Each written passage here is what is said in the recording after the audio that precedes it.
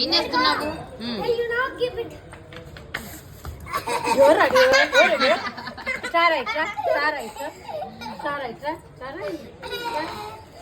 Slow.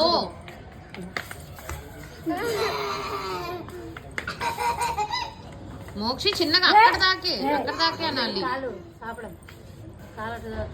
పడతారు. ఏ no no Vicky, నీకేం కావాలి?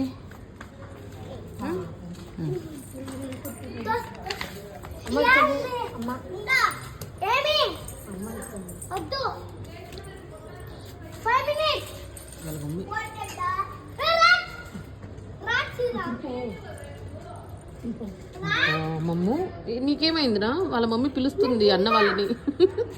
ఏమైంది నీకు?